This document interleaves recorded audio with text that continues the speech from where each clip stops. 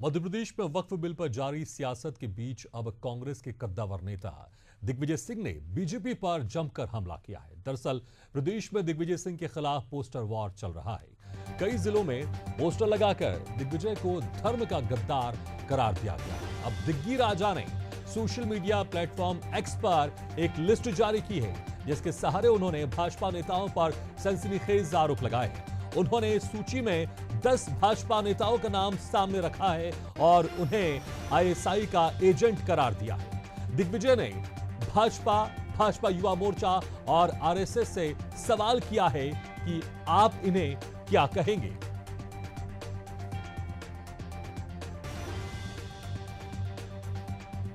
तो मध्य प्रदेश में कई शहरों पर दिग्विजय सिंह के खिलाफ पोस्टर लगाए गए।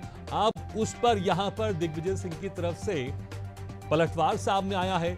इसको एक्शन का रिएक्शन भी कह सकते हैं। अब दिग्विजय सिंह ने 10 भाजपा नेताओं की लिस्ट जारी की है और जिनको आईएसआई एजेंट बताया है, और जिसमें मोहित भारती जबलपुर से उनका नाम शामिल है, संदीप गुप्ता जबलपुर से,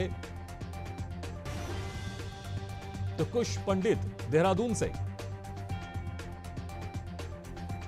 ऐसे 10 नामों की लिस्ट जारी की गई है। जितेंद्र ठाकुर ग्वालियर से, और इन सबको आईएसआई एजेंट बताया। और इस पर चर्चा करने के लिए हमारे साथ जुड़ रहे हैं कांग्रेस प्रवक्ता राम पांडे।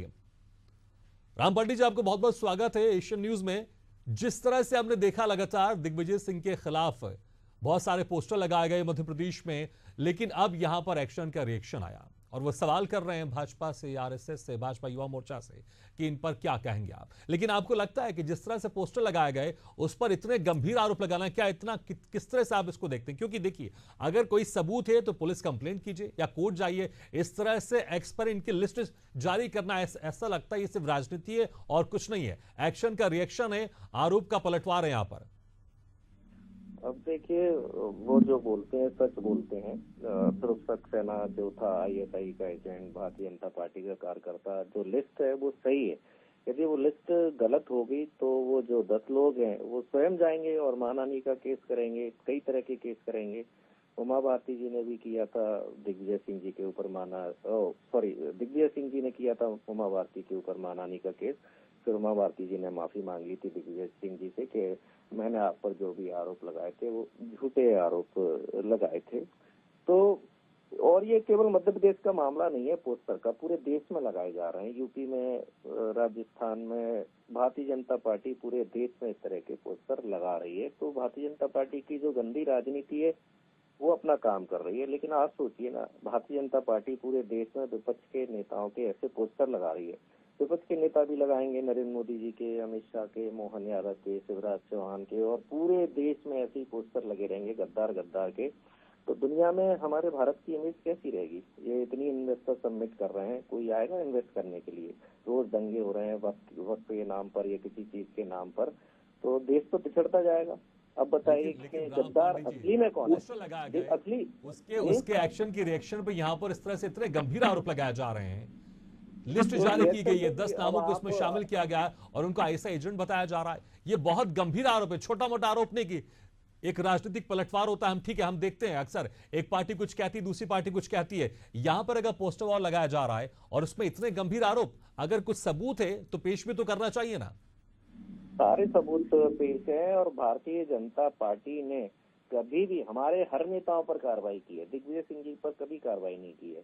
क्यों नहीं की है? क्योंकि भारतीय जनता पार्टी को पता है कि दिग्विजय सिंह जी जब भी बोलते हैं सच बोलते हैं, और फिर जनता को डिसाइड करने दो ना कि भाई देश की जब आजादी चल रही थी तो किसने विरोध किया था? अंग्रेजों से पेंशन कौन लेता था? तो गद्दार तो वो हुए ना जिन्होंने अंग्रेजों से पेंशन ली। जिन्होंने अंग्रेज का साथ दिया वो गद्दार हुए थे। जो भारत छोड़ो आंदोलन में नहीं जुड़े थे वो गद्दार हुए थे ना। जो असहयोग आंदोलन में नहीं जुड़े थे वो गद्दार थे।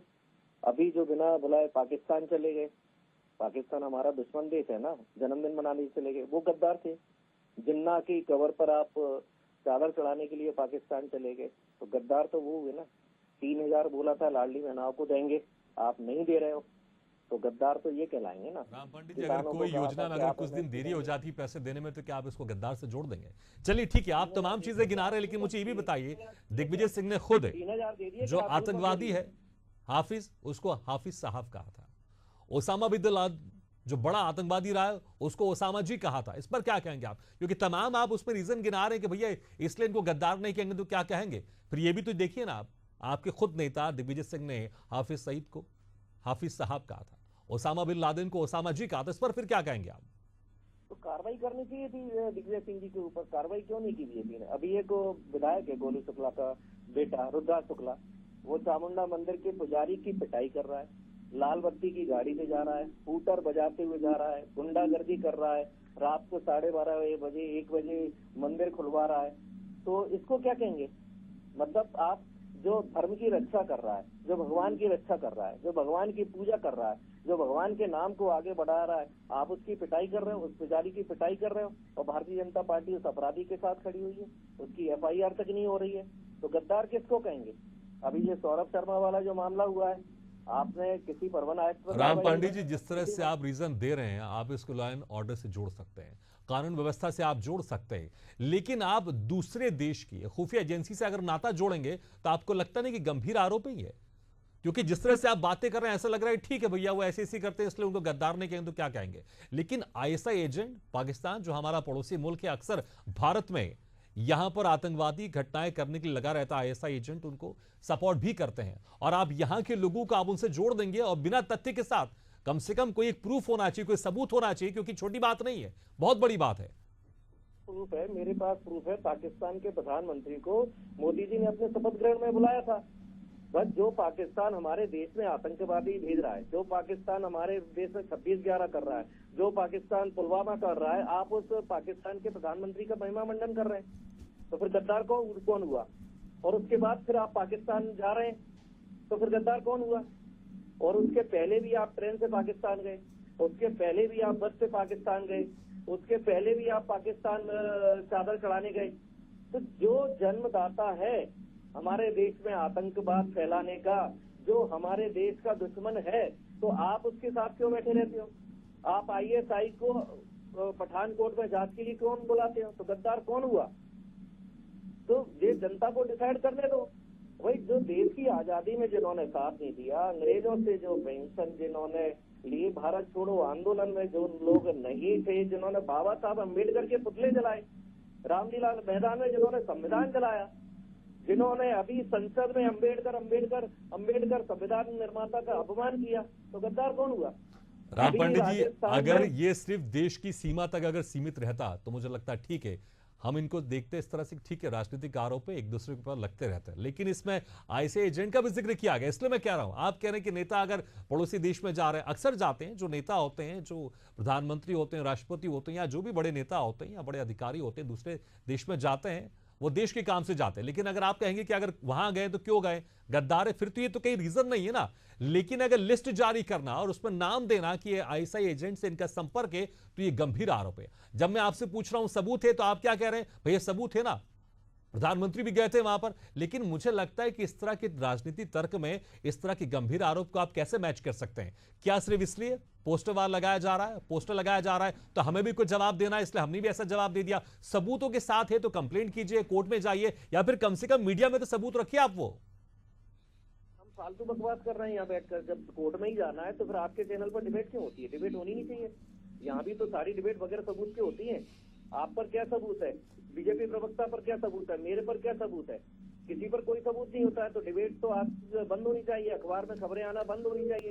राम पांडे जी, मुझे ऐसा लग रहा है शायद आप इसको बहुत हल्का समझ रहे हैं, इसलिए आप कह रहे हैं कि मेरे पास क्या सबूत है, डिबेट की बात आप करना शुरू कर रहे हैं। भाई गंभीर आरोप को आप समझ ही नहीं रहे। ठीक है, हमारे साथ इस वक्त भाजपा प्रवक्ता वाणी आलूवालिया जुड़ गई है। वाणी जी, बहुत बहुत स्वागत है आपका एशियन न्यूज में। वाणी जी, बहुत गंभीर आरोप है, आप लोग के 10 नेताओं की लिस्ट जारी की गई है और कहा जा रहा है कि दिग्विजय सिंह की तरफ से ये ISI एजेंट के संपर्क में है और इनको भी एक तरह से एजेंट बताया जा रहा है। इस पर क्या कहें? क्योंकि खुद सवाल कर रहे हैं दिग्विजय सिंह, बीजेपी सवाल कर रहे हैं, RSS से सवाल कर रहे हैं, भाजपा युवा मोर्चा से सवाल कर रहे हैं कि आप इन्हें क्या कहेंगे? पहली बात तो आप ये देखिए कि ऐसे बहुत आपत्तिजनक और दुर्भाग्यपूर्ण बयान किसके मुख से आए हैं? दिग्विजय सिंह, एक महान बंटाधार नेता कांग्रेस का। अब इनकी विश्वसनीयता इतनी जमीन के भी नीचे घुस गई है कि कहीं ना कहीं सुर्खियों में रहने के लिए इनको कोई ना कोई राजनीतिक रोटी सेकने का मुद्दा चाहिए के पिछले हफ्ते पोस्टर बॉय बने थे, उसके पहले ईवीएम के सपने आ रहे थे। कहीं ना कहीं सनातन के विरोध में इन्होंने कई बार ऐसी आपत्तिजनक टिप्पणियां दी हैं। और कैसी टिप्पणियां? भगवा आतंक, मातृशक्ति को भी इन्होंने अपमानित किया है। उधर भी इनके शब्दकोश जो है वो बहुत आपत्तिजनक थे।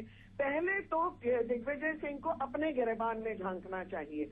दिग्विजय सिंह को ये सोचना चाहिए कि वो किस देश का प्रतिनिधित्व करने में, किस पार्टी से जुड़े हैं। क्या उस पार्टी की विश्वसनीयता इतनी गैर जिम्मेदाराना हो गई है कि देश विरोधी ताकतों के लिए इनकी सहानुभूति होती है, आतंकवादियों के लिए इनका कलेजा दुखता है? और हमारी देश के बारे में अगर हम चिंतन करें तो इनको उसमें भी बहुत आपत्ति होती है। तो ये जो दिग्विजय सिंह जिस श्रेणी के नेता हैं वो देश विरोधी हैं। वे देश में आपस में बैर फैलाने वाले हैं, वैचारिक मतभेद पैदा करने वाले लोग हैं। और ऐसे लोग राजनीतिक सुर्खियों के लिए किसी भी हद तक गिर सकते हैं। इनसे हम कोई अच्छी अपेक्षा नहीं कर सकते। वाणी जी, लेकिन अगर देश की राजनीति अगर देश में तो ज्यादा बेहतर होता है, लेकिन अगर देश की राजनीति अगर पड़ोसी मुल्क ऐसे देश से अगर जोड़ना चाह रहा है विपक्षी पार्टी जिनको आईएसआई एजेंट बताया जा रहा है, तो क्या इसमें पुलिस संज्ञान में नहीं लेगी? पुलिस जाएगी, दिग्विजय सिंह से बातचीत करेगी, कोई सबूत है तो सबूत तो कम से कम मांगना चाहिए। मैंने राम पांडे जी से कहा, भाई अगर आपके पास सबूत इतने गंभीर आरोप लगा रहे हैं तो पुलिस कंप्लेंट कीजिए, कोर्ट में जाइए, कम से कम इस पर कुछ कार्रवाई तो होनी चाहिए। या फिर से वैसी राजनीतिक तौर पर इस तरह से एक भ्रम फैलाने के लिए अगर नाम सोशल मीडिया में डाल दिया जा रहा है तो कहीं ना कहीं इससे भ्रम फैलता है और जो देश के दुश्मन है, पड़ोसी मुल्क है, कहीं ना कहीं उसको सपोर्ट मिलता है। देखिए, मोदी जी के राज में तो किसी की भारत को आंख उठाकर देखने की हिम्मत नहीं है। ये आप और हम दोनों जानते हैं हमारी आंतरिक और बाहरी सुरक्षा कितनी चुस्त चौबस है। अब इस प्रकार के नेता सुर्खियों के लिए जब बहुत आपत्तिजनक और दुर्भाग्यपूर्ण बयान करते हैं तो ये खुद अपनी कब्र खोदते हैं, क्योंकि जनता पहले भी इनको नकार चुकी है। अब तो पूछने वाला कोई नहीं बचेगा। और रही बात प्रशासनिक कार्रवाई की, तो वो प्रशासन और जो भी उच्च अधिकारी हैं, जो हमारे उच्च स्तर के जो हमारे राष्ट्रीय लेवल के नेता हैं, वो इस पर गंभीर चिंतन करेंगे। क्योंकि कहीं ना कहीं ये पूरे विपक्ष यानी कांग्रेस पार्टी का ये मंथन रहता है और कांग्रेस के सभी लोग इसी प्रकार की विचारधारा को प्रबल करने में एकजुट होते हैं। मुझे लगता है आपका ध्यान तब भी गया होगा वक्फ का जब संशोधन का बिल पेश हुआ, तो जब चर्चा हो रही थी तो आपने ध्यान दिया होगा कि देश के हित में, मुसलमान अल्पसंख्यक के हित में प्रियंका जी मौजूद नहीं थी, कुछ बोली नहीं। सोनिया जी और राहुल गांधी के मुख से कुछ निकला नहीं। राहुल गांधी तो वहां सो रहे थे सदन में। तो आप पहले तो इनकी मानसिकता को एग्जामिन करिए, मानसिकता देखिए। देश विरोधी मानसिकता, सनातन विरोधी मानसिकता। और राम पांडे जी, क्या यही डर है जिस तरह से वाणी आलूवालिया जी कह रही हैं और तमाम तरह के आरोप भी लगा रही हैं, और इसलिए कांग्रेस को लग रहा है शायद इस मामले में जिस तरह से दोनों सदनों में बिल का विरोध किया गया और कहीं ना कहीं बीजेपी और हिंदू संगठन है कहीं ना कहीं हिंदू विरोधी और देश विरोधी से बताने की कोशिश कर रहे हैं, लेकिन क्या इस तरह से इसको डैमेज कंट्रोल किया जा रहा है या फिर इस तरह से इसका जवाब दिया जा रहा है? क्योंकि इस तरह से जवाब कहीं ना कहीं और गंभीर हो जाता है और बिना सबूतों के साथ, क्योंकि सबूत मांग रहा हूं तो आप मुझे कुछ घटनाओं का जिक्र कर रहे हैं बस। राम पांडे जी, आपको मेरी आवाज आ रही है? आप भोपाल से ही बोल रहे हैं ना? जी राम पांडे जी। हाँ, आपको मेरी आवाज आ रही है? जी आ रही है, आपकी आवाज आ रही है, अपनी बात रखिए। आप अभी कहाँ, भोपाल में है ना? न्यूज में रायपुर में हो, अपनी बात रखिए। आप रायपुर में है तो मैं आपको बोल रहा हूँ, आप दिग्विजय सिंह जी के घर चले जाइए, आपको सबूत मिल जाएंगे, ठीक है? और अभी मेरी आपसे ऑडियो कॉल चल रही है, मैंने उनसे अपने हाथ में सबूत नहीं लिए हैं। मैं आपको चैलेंज कर रहा हूँ, आप चले जाइए, आपको सबूत मिलेंगे। और आपको नहीं मिला सबूत तो आप दिग्विजय सिंह जी के अगेंस्ट में कोर्ट जाइए और दिग्विजय सिंह जी की कंप्लेन कीजिए कि दिग्विजय सिंह जी ने ये गलत नाम लिए हैं।